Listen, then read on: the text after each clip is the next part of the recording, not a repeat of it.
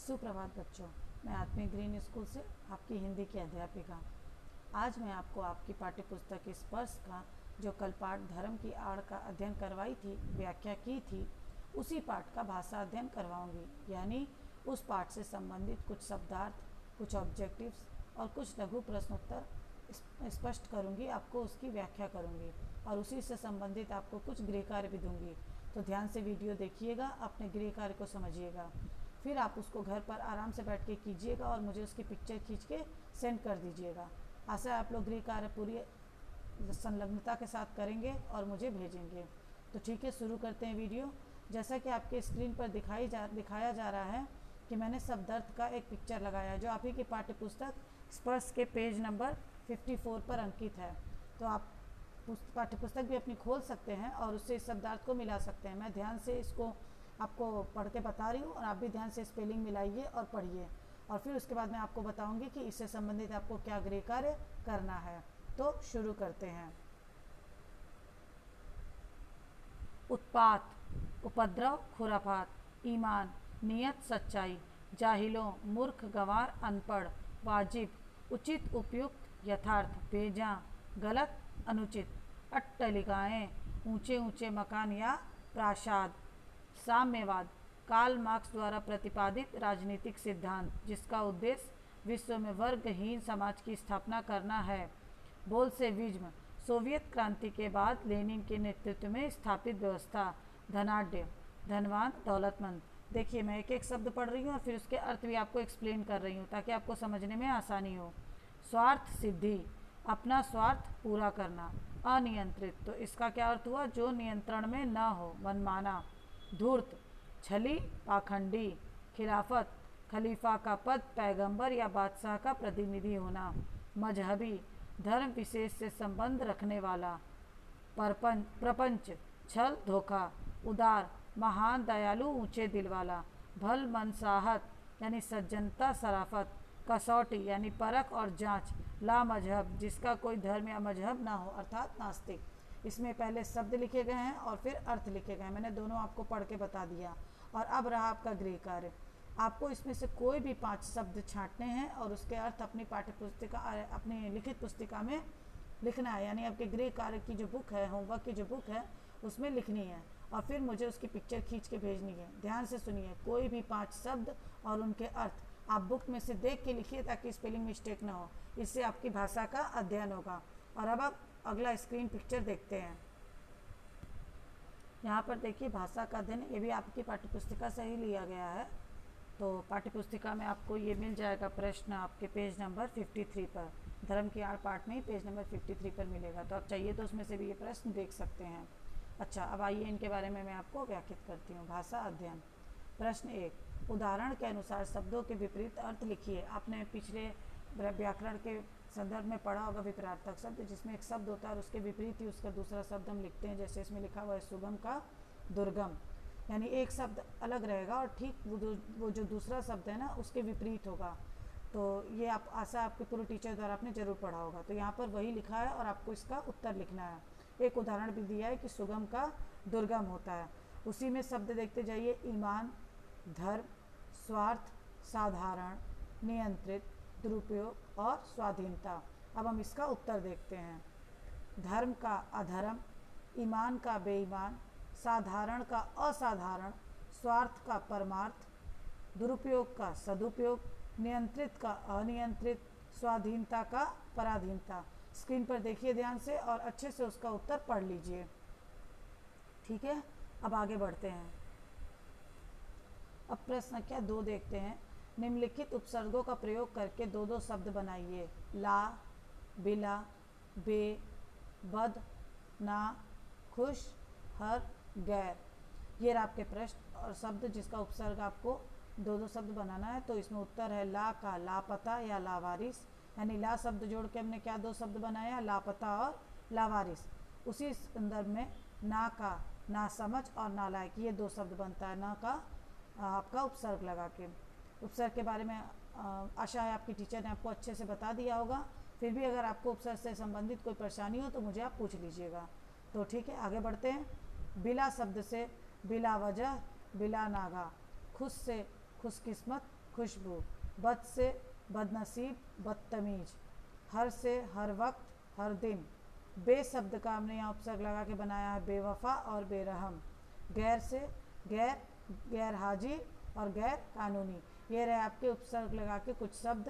तो इसको भी अच्छे से पढ़ लीजिए और अपनी नोटबुक में लिखिएगा और मुझे पिक्चर खींच के ज़रूर भेजिएगा। ये रहा आपका अगला गृह कार्य। अब अपने स्क्रीन पर जो मैंने पिक्चर लगाया है वो देखिए ध्यान से, तो मेरे साथ पढ़िए। उदाहरण के अनुसार त्व प्रत्यय लगाकर 5 शब्द बनाइए। प्रत्यय के बारे में आपने ज़रूर पढ़ा होगा, नहीं कोई परेशानी हो, नहीं पढ़ा हो तो फिर मुझे आप पूछिएगा। उदाहरण देव प्लस त्व यानी देवत्व।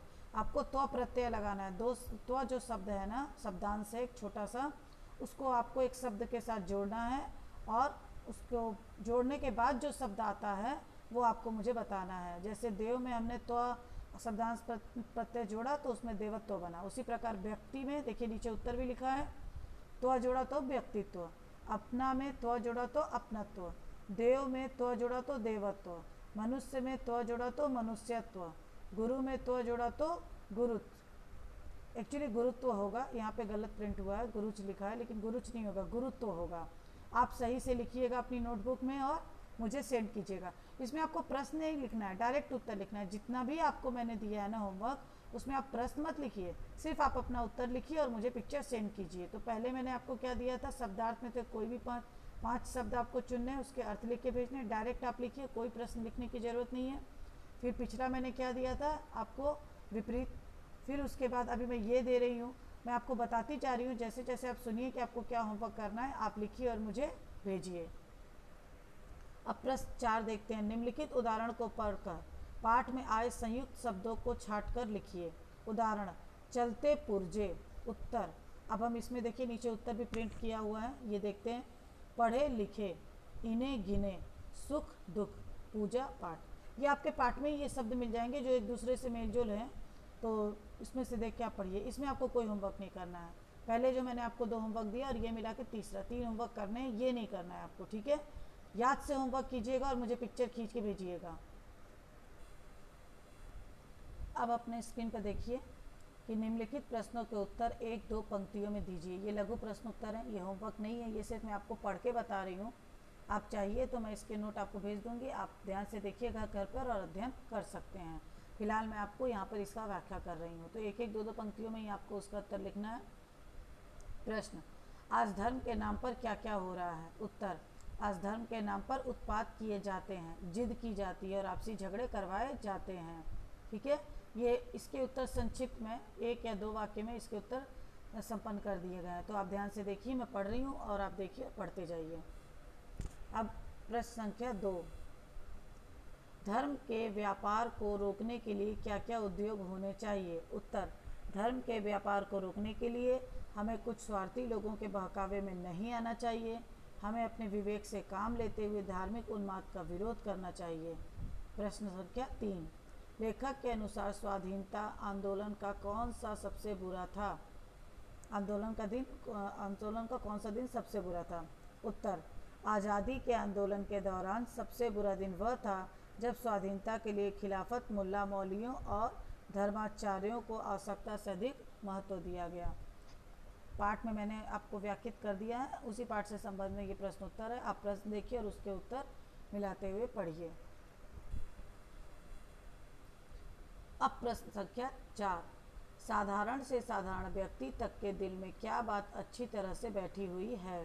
उत्तर, अति साधारण आदमी तक के दिल में यह बात घर कर बैठी है कि धर्म और ईमान की रक्षा में जान देना उचित है। प्रश्न संख्या 5, धर्म के स्पष्ट चिन्ह क्या हैं।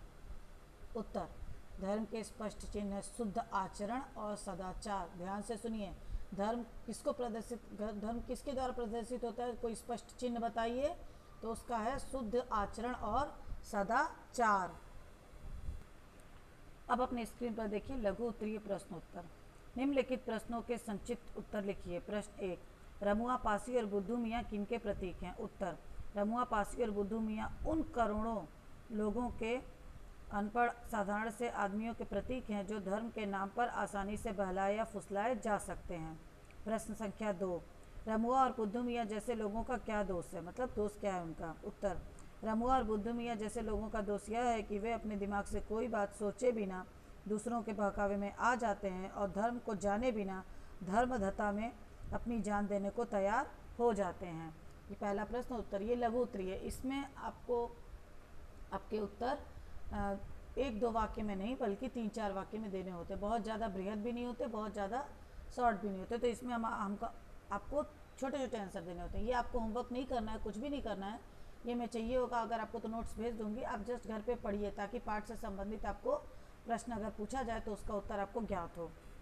प्रश्न संख्या 3, साम्यवाद का जन्म क्यों हुआ। उत्तर, पश्चिमी देशों में गरीबों को पैसे का लालच दिखाकर उनसे काम लिया जाता है। उनकी कमाई का असली फ़ायदा धनी लोग उठाते हैं और गरीबों का शोषण करते हैं।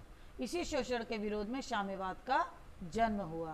प्रश्न संख्या 4, गांधी जी के अनुसार धर्म का स्वरूप क्या था। उत्तर, गांधी जी के अनुसार धर्म में ऊंचे और उदार तत्व होने चाहिए।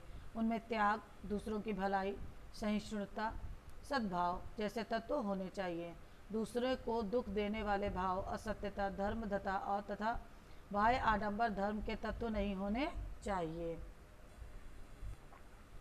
प्रश्न संख्या 5, चालाक लोग सामान्य आदमियों से किस तरह फायदा उठा लेते हैं। पठित पाठ के आधार पर लिखिए, यानी जो आपने पाठ पढ़ा है उसके आधार पर लिखिए। उत्तर, चालाक लोग सामान्य लोगों की धार्मिक भावनाओं का शोषण करना अच्छी तरह जानते हैं।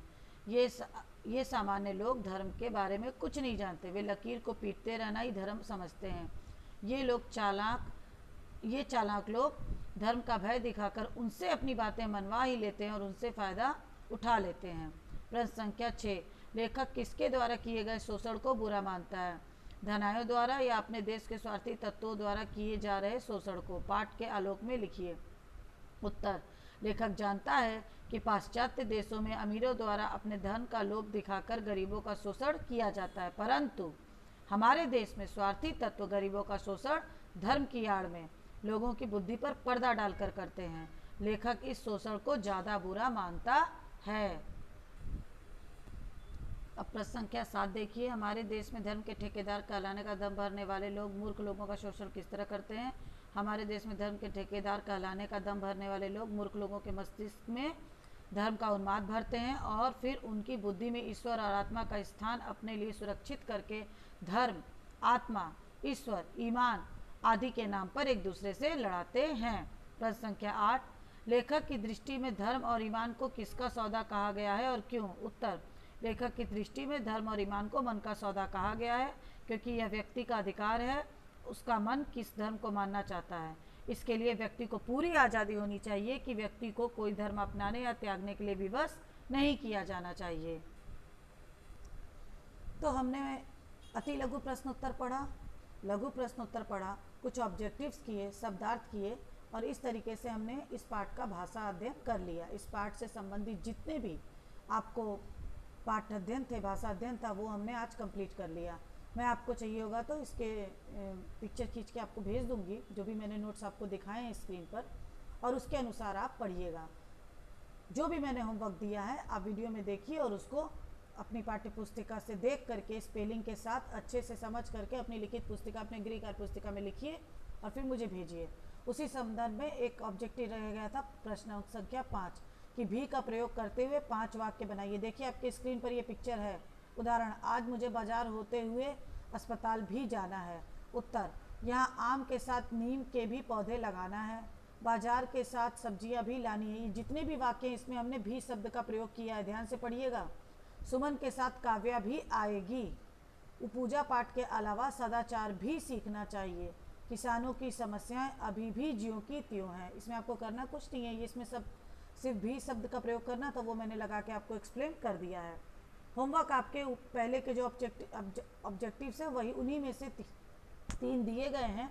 आप ध्यान से देखिए और सुनिए और फिर मुझे लिख करके पिक्चर सेंड कर दीजिए। तो ये रही आज के आपके पाठ का भाषा अध्ययन। तो बच्चों, आशा है आपको सारी बातें समझ में आ गई होंगी, होमवर्क भी समझ में आ गया होगा। तो ठीक है, आज हम यहीं एक विराम देते हैं। अगले वीडियो में हिंदी पाठ से संबंधित आपको और अधिक मैं व्याख्यात करूंगी किसी पाठ को, या फिर व्याकरण का कोई सेक्शन पढ़ाऊंगी। ठीक है, तब तक के लिए जय स्वामीनारायण।